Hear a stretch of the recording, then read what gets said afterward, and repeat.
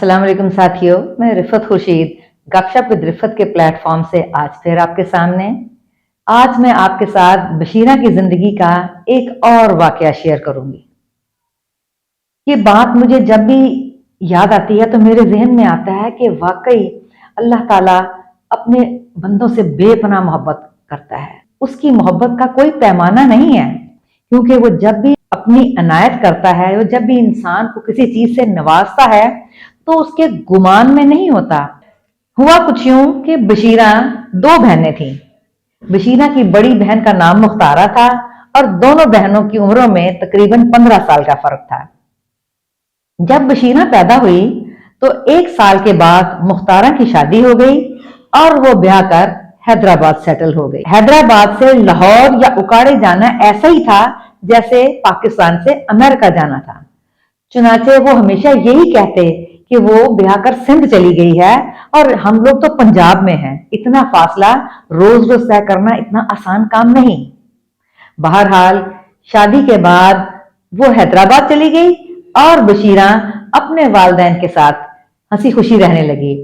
बशीरा की उम्र जब 10 साल थी तो उसके वालिदैन यके बाद दीगरे अल्लाह को प्यारे हो गए। अब बशीरा अपने मामू की सरपरस्ती में गांव में अपने घर में रहने लग गई। 13-14 साल की उम्र में बशीरा की भी शादी हो गई और वो शादी के बाद लाहौर सेटल हो गई।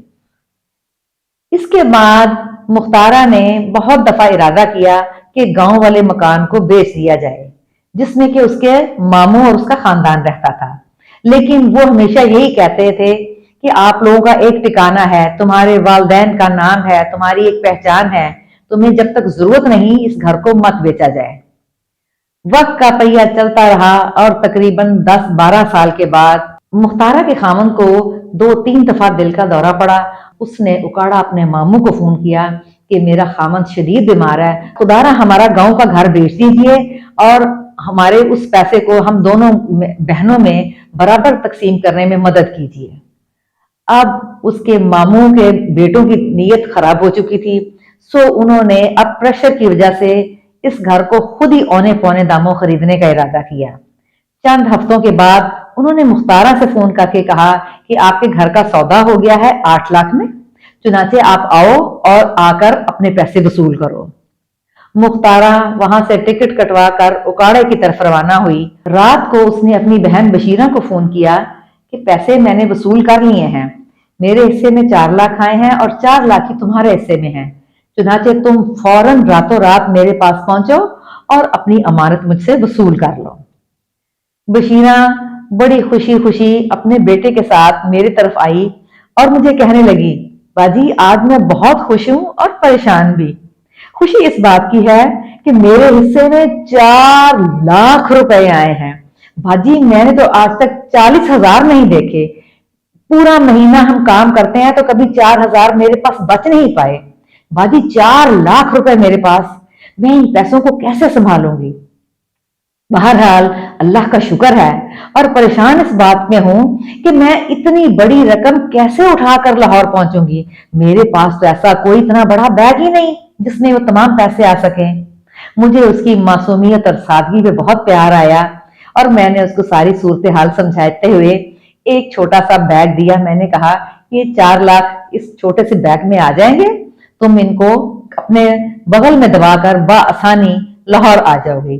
बहरहाल वो कहने लगी कि बाजी बहुत शुक्रिया, आज मैंने आपसे किराया भी नहीं लेना, मैं इंशाल्लाह 2 दिन के बाद पैसे लेकर आपके पास आऊंगी और वो मेरी अमानत आपके पास ही रहेगी। आप जानती हैं मेरा खामत नजीर कैसा चालबाज और मकार आदमी है, वो मुझसे ये पैसे छीन लेगा। और इसके साथ मेरा आपसे वादा रहा, मैं आपका मुंह मीठा करवाने के लिए मिठाई भी लेकर आऊंगी। मेरी परेशानी की इंतहा न रही जब बशीरा रात 8 बजे दोबारा मेरे गेट दरवाजे पे थी।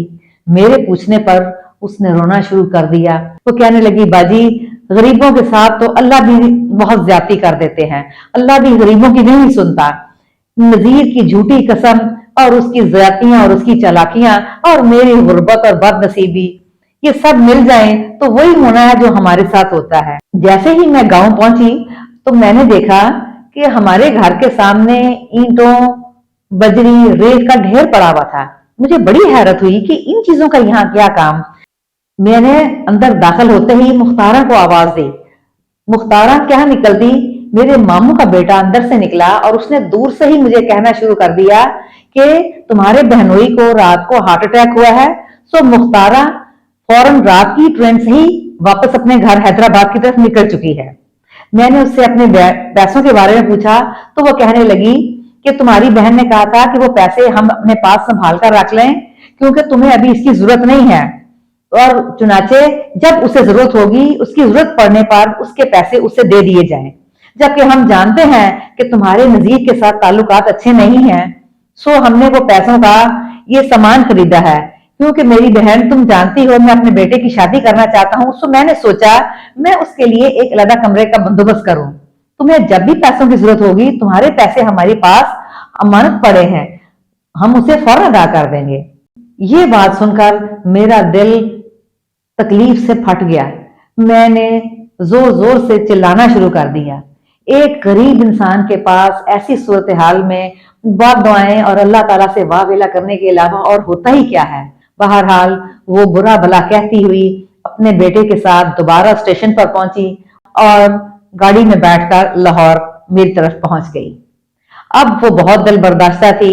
बहरहाल मैं उसे कहती, अल्लाह ताला जब भी तुम्हारे लिए परेशानी का रास्ता कोई आता है तो बेहतरी और कामयाबी के रास्ते ज्यादा तुम्हारे लिए खोल देता है। सो तुम घबराओ ना और अल्लाह पर भरोसा करो। अल्लाह की करनी देखिए। कुछ अरसे के बाद एक अनहोना वाकया पेश आया।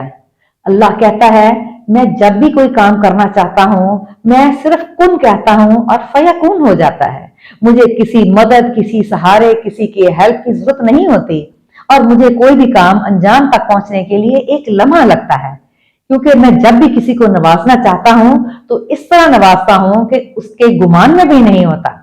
यही कुछ मुख्तारा के साथ भी हुआ क्योंकि अल्लाह की मोहब्बत ने जोश मारा और उसके दिल से निकला हुआ वाह वेला रब के अर्श को हिलाने के लिए बहुत काफी था। वो जिस जगह पर शिफ्ट हुई थी वेलेंशिया टाउन में अपने बच्चों के साथ, वहां का मालिक एक इंतहाई खुदा तक जिम्मेदार था। उसने कुछ अरसे के बाद लाहौर में एक हाउसिंग सोसाइटी बनाने का इरादा किया। सो उसने अपने गांव की बहुत ज्यादा सारी जमीन बेची और लाहौर में एक हाउसिंग सोसाइटी प्लान की। अब देखिए अल्लाह ने उसके दिल में ख्याल डाला कि अब वो अगर इतना बड़ा काम करने जा रहा है तो क्यों ना अल्लाह की खुशनुदी के लिए अल्लाह की राह में कोई ऐसा काम करे जिससे उसके काम में बरकत हो। सो उसने बशीरा को एक प्लॉट लेके देने का इरादा किया क्योंकि वो बशीरा के किरदार और उसकी सादगी और ताबेदारी से बहुत मुतासिर था। वो उसकी आंखों की शर्मो हया को बहुत अप्रिशिएट करता था। उसने इरादा किया और बशीरा को लाहौर के एक इंतहाई पॉश सोसाइटी में 5 मरले का प्लॉट लेके दिया जिसकी मालियत 40 लाख थी। उसने उस प्लॉट की प्रॉपर रजिस्ट्री करवाकर उसके हाथ में कागजात थमाए। बशीरा उस दिन खुशी से फूली न समाई। मैं सोचती हूँ कि वो जो कहते हैं ना कि अल्लाह 70 माओ जैसा जितना प्यार करता है या अल्लाह की मोहब्बत बेपनाह है, अगर उसने रब की ताबेदारी की है तो अल्लाह ताला ने उसे हमेशा नवाजा। वो औरत जो 4 लाख के दुख में घुली जा रही थी, जो 4 लाख से अपने बच्चों के लिए एक जमीन का टुकड़ा खरीदना चाहती थी जो कि उसकी खाम ख्याली था, 4 लाख में एक तस्वुर भी नहीं हो सकता था कि वो किसी भी जगह पर कोई एक प्लॉट ले पाती। अल्लाह ताला ने उसके लिए एक पॉश सोसाइटी में सचमुच का 5 मरले का प्लॉट उसको अता किया। वाकई उसकी मोहब्बत बेपनाह है। तो अगर बशीरा ने अल्लाह पर भरोसा करते हुए नेक नीति से जिंदगी भर अच्छाई का दामन थामे रखा तो अल्लाह ताला ने भी उसको नवाजने में कोई कमी नहीं की। मेरे चैनल को सब्सक्राइब कीजिए, इसे लाइक कीजिए, इसे शेयर कीजिए। अल्लाह हाफिज, अस्सलाम वालेकुम।